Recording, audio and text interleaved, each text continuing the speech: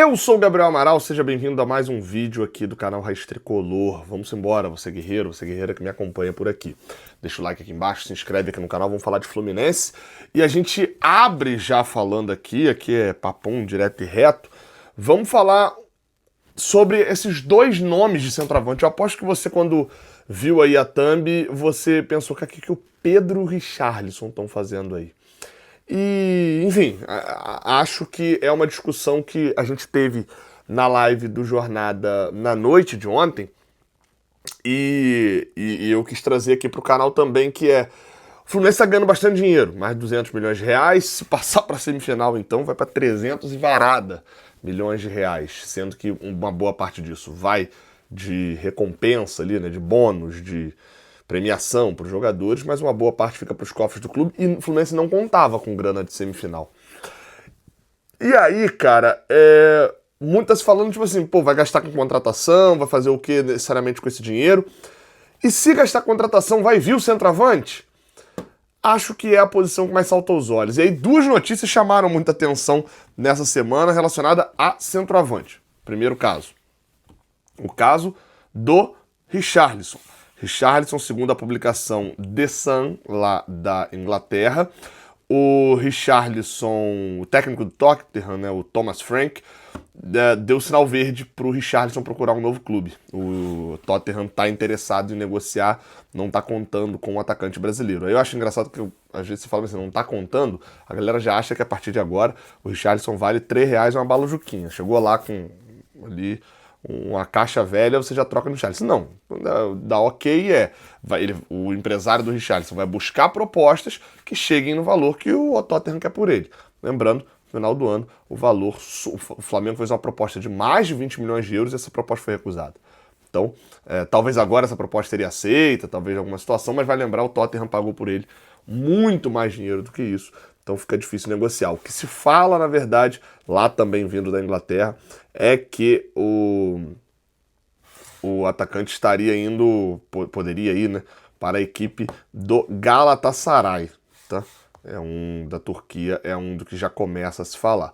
Então, assim, o Richarlison é uma situação complicada, tá? Só porque eu queria deixar um detalhe sobre o Richarlison. Eu acho o Richarlison muito bom. Acho que o Richarlison no futebol brasileiro seria muito bom. Provavelmente agregaria muito, seria titular do Fluminense, eu não tenho dúvida disso. Eu acho que tem um probleminha aí na conta, que é a gente pegar o Richarlison da Europa e trazer ele para cá, pagando o valor do Richarlison da Europa para trazer para o Brasil. Eu acho que a gente vai estar pagando mais do que ele realmente vale. Não sei se eu consegui ser claro. Entendeu? Parece que a gente está comprando um jogador para trazer para o Brasil, mas a gente vai pagar o preço de lá. Então, enfim, não sei se seria o ideal, a não ser que pagando bem pouco pelo valor que se fala, né, dos 20, 30 milhões de euros, né? Seria pagando menos. O outro nome que surgiu, olha como o mundo dá voltas, hein? Pedro. Tá, uma notícia divulgada pelo Mauro César Pereira, que tem um canal de Flamengo aqui também no YouTube, jornalista da ESPN, etc., de que o Flamengo não só botou Pedro numa lista de negociação, como está pedindo 15 milhões de euros pelo Pedro. Vai lembrar, Pedro é um atacante já de quase 30 anos, tá? Tá no banco, nem entrou em campo direito pelo Mundial, não sei nem se entrou em campo de verdade, assim, de fato. Mas enfim, esquecido no Mundial de Clubes, e aí eu passei por uns comentários, Gabriel, dá uma apurada aí pra saber se o Fluminense quer. Gente, eu já tinha canal na época, tem vídeos aqui no canal, você pode ir lá buscar, de 2019, pouco depois que o Mário assume, chega a notícia de que o Pedro estava com um contrato atrasado. O Mário assumiu em junho de 2019. Pedro estava para bater 3 meses de salário atrasado, e ele ia pedir rescisão com base ali no atraso de salário, tal qual o Gustavo Scarpa fez lá atrás, mas um pouco mais embasado, e provavelmente meteria o pé, e o Pedro era o principal jogador do Fluminense ali depois da lesão, principal ativo de venda. O Pedro força uma saída. Na época tinha uma proposta do Flamengo. O Mário bate a mão e não vende. Naquele momento podia até ser melhor para o Fluminense ter vendido direto para o Flamengo. Mas imagina, um novo presidente assume, depois de um presidente bundão ter saído, e com um mês ele vende seu principal jogador para o Flamengo. A gestão do Mário estaria condenada ao fracasso se tivesse feito isso. O Pedro chora, o Pedro reclama, o empresário consegue a proposta da Fiorentina, ele sai, depois que ele sai, bota o Fluminense na justiça, cobrando uma série de valores indevidos. O Pedro não entra hoje no Fluminense nem pintado de ouro. Óbvio que no futebol as coisas mudam, mas essa daí eu posso te garantir que não mudou. Então, né, só pra avisar a galera que de repente pensava ser possível, né, o Pedro vir, que ó, pode esquecer. Vamos falar aqui também um pouquinho sobre o John Arias, cara. Eu vi muita discussão sobre o John Arias depois do último jogo, cara. Na verdade, eu tenho visto desde que começou o Mundial. O John Arias é o melhor jogador do Mundial até agora. Acho que são um ou outro, talvez, que a gente possa discutir um pouquinho. E aí, eu achei interessante um tweet do Paulo Júnior, que é um cara que eu admiro bastante, sempre falo dele aqui, ó, que diz aí, isso daí que tá na tela, ó, que eu tô botando aí na tela pra vocês lerem, quem quiser dar pause aí, pode dar o pause pra poder ler, mas eu vou ler aqui pra vocês. Parem de falar de John Arias como desperdício da Europa, vacilo do mercado, como é que pode, etc. Parem de achar que o futebol brasileiro é um atraso de vida, um tempo alongado e perdido, um torneio de aspirantes da elite. Não é possível que não há outro repertório de elogio. Aí depois ele fala, entendo a curiosidade do ponto do futebol, né? No sentido de querer ver o cara jogando lá fora. Mas no fundo acaba reproduzindo uma hierarquia genérica que a gente precisa se libertar. Ou o próximo Estevão vai seguir apaixonado pelo Chelsea com 16 anos. Estevão apaixonado pelo Chelsea é loucura. O Arias precisa ser o melhor do Brasil mais do que ouvir. E aí, vai pra Europa? E é um pouco desse fato, né?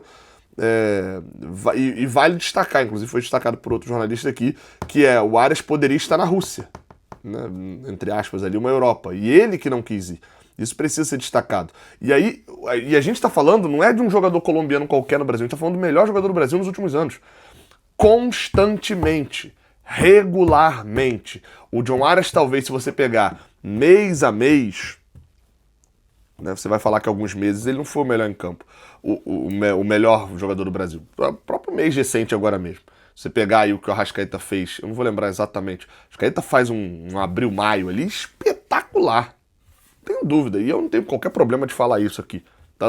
Eu falo isso, eu sou tricolor, eu tenho um canal de tricolor. Hoje, especificamente, não estou vestido aqui de tricolor, mas estou sempre aqui vestido de tricolor. Mas eu não nego realidade. O Arrascaeta foi espetacular. Dito isso, na Copa do Mundo não jogou bem. E no mês que o Arrascaeta estava espetacular, o Arias estava bem. Então, a média do Arias é bem. E em vários outros meses ele vai espetacular. Tem jogadores que oscilam muito mais, é o próprio caso do De Arrascaeta mesmo. E aí, esse perfil que o Gabriel Souza foi buscar uma sequência muito interessante. Em 2022, um post, todos eles são da mesma página, né, do aplicativo SofaScore. Em 2022 tem um post assim, John Arias, de 25 anos, foi o meia da Série A com mais participações em gols durante o ano de 2022. Aí tem aqui 62 jogos, 16 gols, 17 assistências. Aí vem um post de 2023, John Arias pelo Fluminense em 2023. 60 jogos, 12 gols, 17 assistências. Líder em assistências da Série A, do Brasileirão. Vice-líder em participação em gols do time, Germancano descomunal. E alcançou o duplo-duplo pelo segundo ano consecutivo. O que é o duplo-duplo? Mais de 10 gols e mais de 10 assistências no ano. Aí vem 2024. Arias, atacante de lado com a maior nota lá do aplicativo entre os jogadores dos times da Série A de 2024. 46 jogos, 13 gols e 7 assistências. 20 participações em gols. Isso aqui não é do final do ano, tá? Pra deixar claro. Vem 2025, também no meio do ano, né? John Arias é o líder de assistência entre todos os jogadores dos times da Série A em 2025. 28 jogos, 12 assistências e 3 gols. De fato, ele não tinha feito muitos gols ainda nesse meio tempo aqui. Gente, John Arias é espetacular e a gente precisa parar. Eu falei isso sobre o Fábio e eu vou repetir aqui também. A gente precisa parar de ficar se dobrando para jogador que tem lampejo, mas que no lampejo tem uma mídia gigantesca. As pessoas não veem jogo do Arias. Então a gente tem que parar de ficar... Eu tenho que parar de me preocupar, e eu já parei de fazer isso aqui no canal, me preocupar com o que o Mauro César falou do Arias. Porque o Mauro César não para ver jogo do Fluminense. O Mauro César só vê o jogo do Fluminense o dia que é interessante pro trabalho dele, que hoje é ser um analista de Flamengo. E tá tudo bem. Beleza. É escolha. Eu escolhi aqui também falar do Fluminense. A gente tem que parar de ligar pro que o Flávio... Gente, quem é Flávio Prado, gente? Quem é Flávio Prado? Eita, caramba. Flávio Prado. Não dá nem pra falar o nome do cara, pô. Tem que parar de se importar com o que essa galera fala. Porque essa galera fala sem ver jogo. E fala porque você aí vai reproduzir e falar, você viu o que fulano falou, não sei o quê. E o cara tá lá ganhando dinheiro em cima da tua audiência do hater. Então assim, a gente tem que trabalhar com fatos. E o fato é que o John Arias nos últimos 4 anos em alguns momentos pode não ter sido, se você fizer um recortezinho de 1 mês, de 2 meses, mas dos últimos 4 anos, juntando um bloco de 4 anos, o melhor jogador do futebol brasileiro. E ponto. É fato. E é fato por números, é fato por quem vê futebol. Falando em ver futebol, o Thiago Silva deu uma entrevista. Eu não posso botar a imagem aqui, porque é a imagem da FIFA, né? Mas eu vou botar o áudio aqui. Tá em inglês, mas enfim, dá pra traduzir tranquilo. Uma entrevista pra transmissão da Inglaterra, onde ele fala que meio que jogou lesionado. Olha aí só. Isso é após o jogo contra a Inter de Milão. You know, it's not easy to play like this. It's too hot today to play football. Não é fácil jogar assim, tá muito quente hoje pra jogar futebol. The time is not good, but it's like this. O horário não é muito bom, mas enfim. Fluminense, a big team, you know. Fluminense é um time grande. E aí vem a pergunta, né? Vocês fizeram a luta tão boa, mas quão orgulhoso você tá dos fãs que vieram? Eles foram extremamente barulhentos, eles comemoraram com você. Quão orgulhoso você tá por eles viajarem? This game is too hard for us because they play very well, you know. O jogo foi muito difícil, que eles jogaram muito bem. But I think we're very happy today with the win like this. A gente está muito feliz porque a gente venceu e a gente sabia que o time da Inter não é fácil. Beleza, ele tá respondendo padrão, né? Yeah, I'm very happy for the team, for myself as well.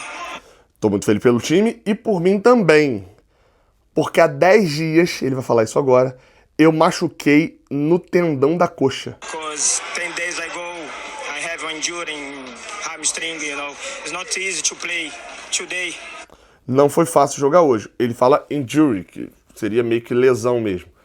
Ele ficou de fora do jogo contra o Mamelodi. But I'm very proud with a medical team, you know. Tô muito feliz com a equipe médica do Fluminense. It's very, very, very important for me to play today. E foi muito importante pra mim jogar hoje. E aí começou a suscitar, o Thiago Silva jogou lesionado, o Thiago Silva jogou... Não, gente, vamos lá, vamos relembrar. O Thiago Silva joga contra o Borussia, o Thiago Silva joga contra o Ulsan, e aí ele cita 10 dias atrás, acho que talvez tenha errado a conta, né? Mas o jogo contra o Ulsan foi no final de semana anterior, e esse jogo foi nesse final de semana. Então, né, foi no início da semana. Então, 8 dias mais ou menos, mas é mais ou menos isso. Depois do jogo contra o Ulsan, ele fica de fora do jogo contra o Mamelodi. O Fluminense informa como dores, todo mundo meio que fala como dores e tal, enfim, tem aquela lógica, né?